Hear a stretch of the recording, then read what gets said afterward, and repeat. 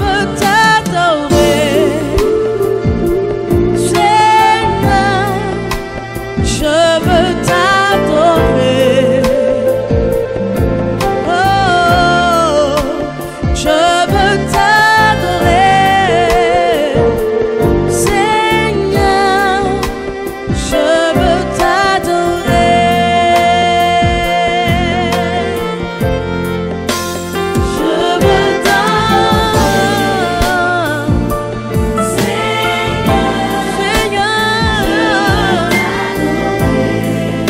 mon désir est de t'adorer, Seigneur. Je veux t'adorer, Seigneur. Je veux t'adorer.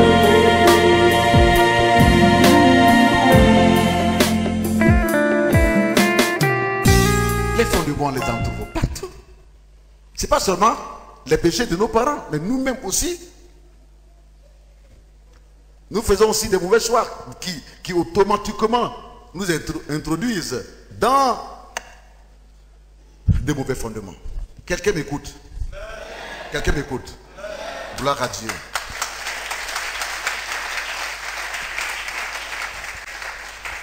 Moïse, vous connaissez aussi dans l'Ancien Testament, c'était un homme d'une grande destinée. Vous allez voir. Vous allez voir. Moïse, il est né. Quand Moïse est né, mais le roi qui était en Égypte, le pharaon, ses astrologues, ses magiciens lui ont dit que attention, celui-là qui est né, Dieu va l'utiliser pour sauver le peuple d'Israël, pour délivrer le peuple d'Israël de l'esclavage, pour délivrer le peuple d'Israël de tes mains. Et tu n'auras plus d'esclaves, et tu n'auras plus de manœuvres, et tout sera difficile dans ton pays. Donc, prépare-toi maintenant à l'attaquer. Voyez-vous? Dans le cas de Moïse, Moïse était encore dans le ventre de sa mère lorsque le diable a vu son étoile. Il a vu son étoile. Automatiquement, le roi dit, il donne l'ordre, il signe un décret, il donne l'ordre. Il dit, dites aux sages-femmes que quand les Juifs, les enfants d'Israël, leurs femmes vont accoucher, si ce sont des filles qui mettent au monde, laissez naître les filles. Mais si ce sont des garçons, les femmes n'ont qu'à étouffer le garçon, les sages-femmes n'ont qu'à étouffer l'enfant pour que l'enfant meure à la naissance. À cause de qui? Parce qu'il a vu qu'il y a un qui allait naître et qui allait être un homme d'impact, un homme d'une grande destinée. Est-ce que vous suivez? Mais là encore, Dieu intervient. Les femmes disent qu'on a compris, on a bien compris. Mais quand elles arrivent, au moment de l'accouchement, au moment de l'accouchement, Dieu, par son Esprit Saint, descend dans le cœur des sages-femmes, et puis leur donne d'avoir de la pitié, de la compassion pour l'enfant qui va naître, quand bien même c'est un garçon qui va naître. Alors le roi, il ne comprenait pas. Il dit, mais attendez, qu'est-ce qui se passe là? On vient de me dire que il y a beaucoup de garçons qui naissent. Beaucoup de garçons qui naissent. Vous les sages-femmes, c'est comment votre affaire? La présidence des sages-femmes dit, mais le roi, le problème c'est que les femmes juives là, avant qu'elles ne viennent à la maternité, elles ont accouché à la maison. Donc c'est elles viennent à la maternité avec l'enfant pour qu'on puisse faire les soins. Elles ont déjà accouché à la maison. C'est pas que c'est nous qui les aidons à accoucher. Intervention de qui? Intervention de notre Seigneur. La Bible dit que quand quelqu'un, il craint l'Éternel, qu'il soit un homme ou une femme, quand il aime Dieu, quand il craint l'Éternel, qu'il aime Dieu, Dieu dispose favorablement ses ennemis pour lui. C'est-à-dire que Dieu fait que ce sont ses ennemis même qui vont lui rendre un grand service, qui vont lui rendre beaucoup de services. C'est Dieu qui a créé le cœur de l'homme et c'est Dieu qui change le cœur de l'homme. Alléluia. Alléluia. Et voici que Moïse, donc, par la grâce du Seigneur, il est né. Il fallait donc le cacher. Et sa mère et son père l'ont mis dans une corbeille, ils l'ont mis sur l'eau pour le cacher. De sorte qu'ils ne sont pas vus par les gendarmes, les policiers et les militaires que le roi avait envoyés pour tuer les garçons, les enfants garçons en Israël. Il se trouve que là, il va y avoir un incident prophétique. La fille donc du roi vient se laver et du coup, elle entend un enfant qui pleure. Mais tout est dirigé par le Seigneur. Tout est dirigé. J'imagine sa sœur Myriam en train de dire, mais ne pleure pas Moïse, ne pleure pas Moïse, pourquoi tu pleures? C'est là maintenant qu'il pleurait fort même. Et là, la femme dit, mais attention, il y a un bébé qui pleure. Il y a un bébé qui pleure. Elle va avec ses gardes. Quand elle voit le bébé, un grand amour descend dans son cœur pour l'enfant. Ça, c'est l'œuvre de Dieu. Et elle dit que ça, certainement, c'est l'enfant des Hébreux, des Israélites. Parce qu'ils sont de tuer les garçons. Donc, pour ne pas que l'enfant puisse être tué, ils sont venus le cacher. Mais lui, là, je vais le prendre comme mon fils. Parce que je n'ai pas d'enfant, je le prendrai comme mon fils. La destinée de Moïse change sur le champ-là. Et puis, la femme cherche donc une servante. La fille dit, c'est moi qui le garde. C'est moi qui le garde. Donc, si tu veux, je peux aller chercher une servante pour toi parmi les enfants, parmi les femmes des Hébreux. La femme dit, va, la fille du roi dit, va vite, va vite. Et Myriam, la sœur de Moïse, qui était encore une fillette, évidemment, elle raconte l'histoire à son père et à sa mère. Et elle prend sa propre mère, la mère de Moïse même. Et puis elle envoie la mère de Moïse même dans la maison royale, qui devient la servante. Et Moïse tête donc le lait réel de sa propre mère. Alléluia. Qui peut faire tout ceci? Qui peut faire? Ça vous dit que le diable se lèvera. Il se lèvera. C'est son travail. Mais Dieu aussi fera son travail. Le plan de Dieu s'accomplira dans ta vie. Tu entreras dans ta destinée. Alléluia. Ce que Dieu a décidé de faire dans ta vie, il le fera. Amen.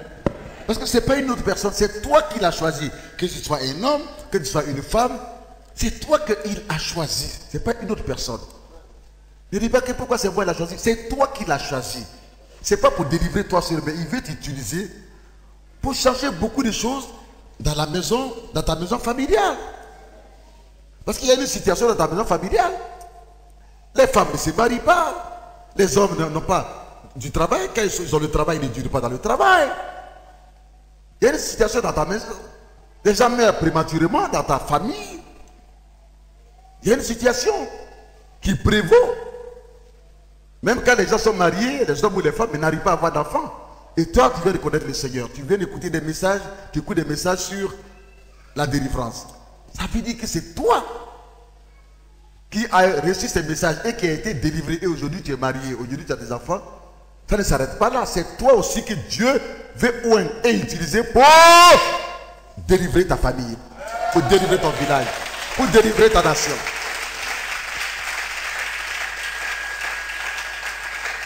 Mais dans le cas de Moïse, qu'est-ce qui s'est passé? Le diable, il étudie. Dans le cas de Moïse, c'est quand Moïse, la maman était enceinte de lui, que du coup, le diable a décerné son étoile. Et il a donné l'ordre aux méchants, aux gens des confréries, aux astrologues, voilà, d'en parler donc au roi pour qu'il prenne des décrets tout de suite. Il y a des choses, c'est pour dire qu'il y a des choses qui te sont arrivées. Tu penses que c'est venu de façon accidentelle. Et pourtant, on appelle ça des programmations. Des choses qui ont été programmées depuis avant que tu ne naisses. Ou bien c'est quand tu es né. Ça a été programmé. Ça part de la maison familiale. Ta vie est enchaînée quelque part. Ta vie est dans leurs mains quelque part. Et quand maintenant tu as tout fini et que tu penses que tu peux vivre heureux, avoir une maison, une femme et vivre heureux, et c'est là que tu ne vois pas ce qu'on appelle le bonheur. Tout ce qui est bonheur, qui est la paix, la joie, le salaire, rien ne reste dans tes mains. Tout se mélange. Tout se mélange dans ta vie. C'est pour cela qu'il est intéressant toujours de regarder dans le rétroviseur de sa vie. En s'informant auprès de la mère. Auprès de la mère. Parce que la mère, le père, quand tu es né là, le père lui va toujours au travail. Mais la personne avec qui tu as été, que tu sois une fille aujourd'hui, ou que tu sois une femme, un garçon aujourd'hui, sache que tu as été dans les bras d'une maman. C'est une femme. La femme est le symbole de l'église. C'est à l'église que vous venez pour recevoir tous les conseils. C'est à l'église que vous venez pour recevoir toutes les vérités, toute la lumière. Voilà. Pas de même la femme. C'est elle qui était avec vous, qui est avec l'enfant, dès sa naissance. Elle sait ta vie, elle connaît ta vie du début jusqu'à ce que tu deviennes grand. Tu es aujourd'hui 18 ans et que tu sois parti en ville. C'est elle qui garde les secrets. Et c'est elle qui peut livrer les secrets. Alors, vous pouvez aller chez votre père pour prendre des renseignements, mais le mieux, d'abord, c'est d'aller vers votre maman. C'est elle qui vous connaît mieux. Quelqu'un dit Amen. Elle vous donnera les véritables informations. Qu'est-ce qu'on a fait pour t'avoir, pour te mettre au monde? Car qu'est-ce qu'ils ont fait qu'est-ce que ton père et ta mère ont fait pour te donner le nom que tu portes? Qu'est-ce que ton père et ta mère ont fait pour te donner ces noms? Sur la base de quoi ils t'ont donné ces noms? Le nom que tu portes. Quel est ton profil spirituel? En quoi ces noms te profitent? Ça t'attire du bonheur ou bien des malheurs? Comment tu es né? Qui ils ont adoré avant de te mettre au monde? À qui ils t'ont demandé? Quand tu es né, à qui ils t'ont consacré? À la pluie, au soleil, à un arbre, à de l'eau? Mais ta vie est clairement sur des mauvais fondements. Et ça ne se passe pas ailleurs, c'est à la maison. Tous tes problèmes, c'est à la maison que tu les as pris, s'il te plaît. C'est à la maison. La maison familiale. Allez vous renseigner, ils vont vous dire. Comment est-ce qu'ils ont fait pour avoir votre grand frère, votre grande soeur, jusqu'à ce que ça arrive à vous? Et si vous avez seulement l'information, vous êtes à 90% délivré. Alléluia. Parce que ça vous permettra de savoir comment cibler le fondement et les démons qui sont derrière. Dans la prière du combat spirituel, briser les liens, c'est tout. Briser les codes, briser les chaînes, c'est prière seulement, c'est tout, c'est la prière. Au nom du Seigneur Jésus, vous n'avez pas de sacrifice à faire. Jésus a déjà été le sacrifice. Vous n'avez plus de sacrifice à faire. Il n'y a pas de totem à vous donner. Il n'y a pas de totem en Christ. Il n'y a pas de totem. Ne mange pas ça, ne mange pas ça. C'est là que tu seras heureux. Non. Et par la grâce du Seigneur, vous pourrez prier pour délivrer votre destin. Pour délivrer votre destin.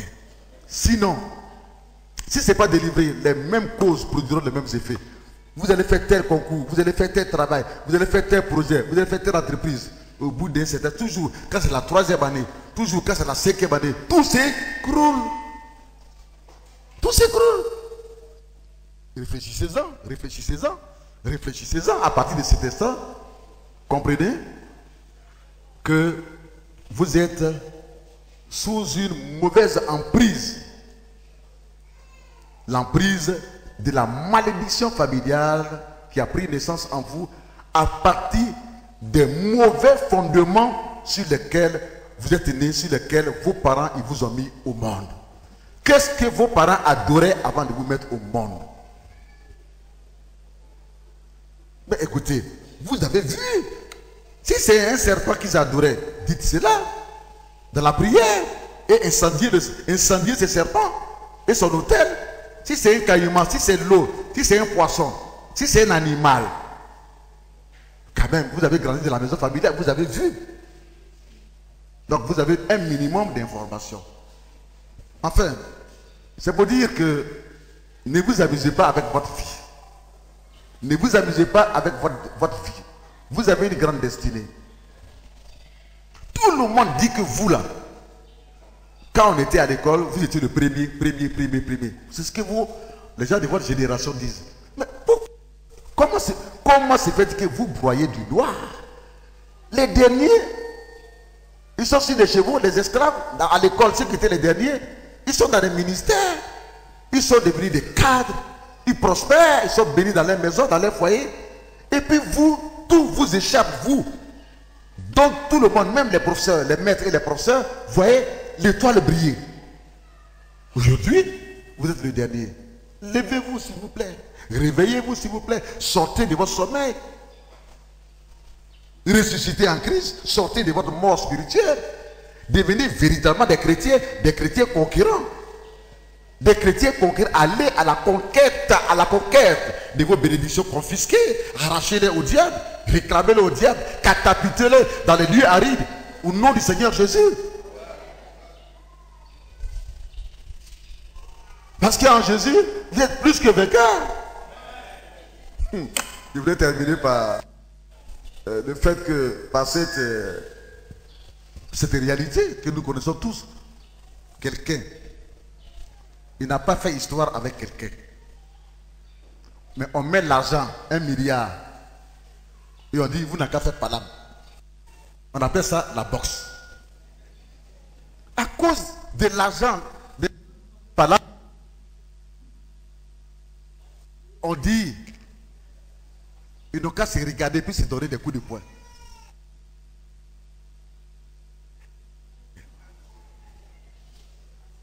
Arbitre siffle. Il dit, engagez le combat. Bah, bah, bah. Bah, bah, bah. Bah, bah, bah. Ils se donnent des coups de poing. Ils se donnent des coups de poing. Ils se donnent des coups de poing. Des visages des deux personnes s'est déformé. Sans ça coule quelque part. Sa maman, regarde, crie seulement, elle fait des... Sa femme fait des crises. Ses enfants, papa, viens, papa, arrête ça, papa. Tout le monde. Dans le village. L'horreur dans le village. Ça ne va pas. Et puis, il y a un qui donne un coup de poing. Et puis, l'autre il tombe. Et puis, l'autre, celui qui est tombé ne peut plus s'élever. L'arbitre vient. Il lui dit, est-ce que tu peux encore? Le type ne répond pas. Tu peux encore? Le type ne répond pas. Et puis l'arbitre dit, allez, combat est fini. Et l'autre là, il saute. Oh, j'ai gagné, j'ai gagné, j'ai gagné. Mais pendant qu'il dit qu'il a gagné, et pendant qu'on lui met la couronne là, la ceinture, la couronne là, au ventre, sur le ventre, et pendant qu'on va lui donner les 1 milliard là, son joue là, ici là, c'est gonflé. La joue à gauche, c'est gonflé. Sa tête qui était petite là, c'est devenu grosse tête comme cela. Le sang partout, et partout, et partout, et partout. Et il dit, vainqueur, vainqueur, vainqueur. Vous prenez l'enfant de quelqu'un. Pour qui il va devenir vainqueur là? Vous dites dans qu'à faire par là, on le gâche son visage jusqu'à quand un est tombé, et puis on lui donne maintenant 1 milliard, et puis on dit, on écrit, il est vainqueur. Pourtant, allez se soigner un.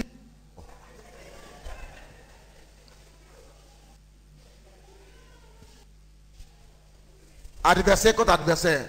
Vainqueur, vainqueur, ça, vainqueur, et puis ton visage, l'enfant de quelqu'un. Maman a souffert pour mettre son enfant au monde. Papa a souffert pour avoir son enfant à l'école. Pour avoir 1 milliard là, on va gâter son visage, gâter complètement son visage. L'enfant de quelqu'un, ses sœurs pleurent. Ses frères, ceux qui sont sur eux disent, c'est vrai mon frère, tu as eu les 1 milliard là. Hein? Mais franchement, c'est dans la douleur. C'est dans les pleurs. C'est bon cet argent là, mais vraiment, il ne faut pas aller encore une deuxième fois. Mais nous, les enfants de Dieu, alléluia.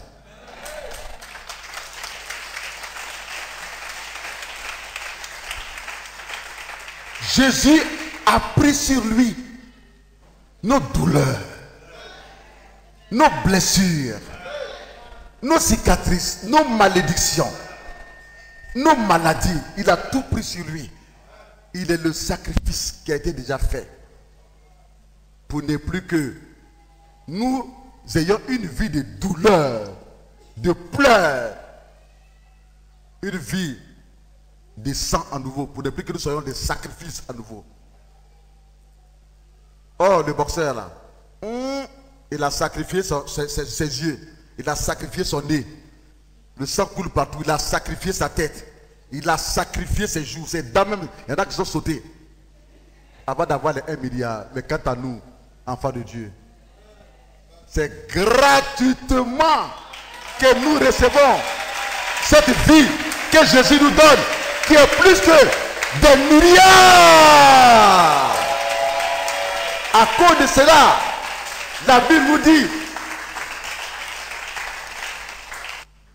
nous sommes plus que vainqueurs. Nous ne sommes pas vainqueurs. Non. En Christ, nous ne sommes pas vainqueurs, mais nous sommes plus que.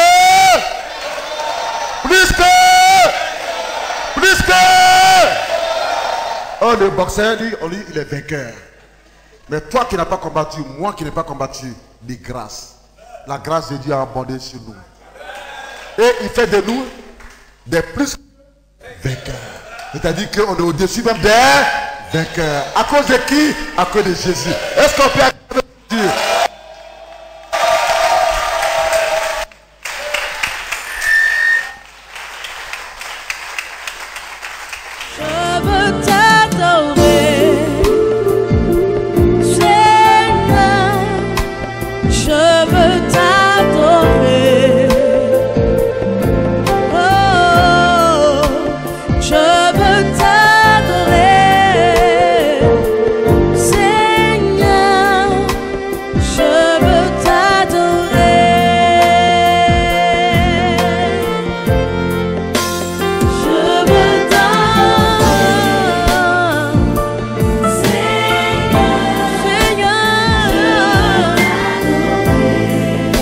Mon désir est de t'adorer, Seigneur.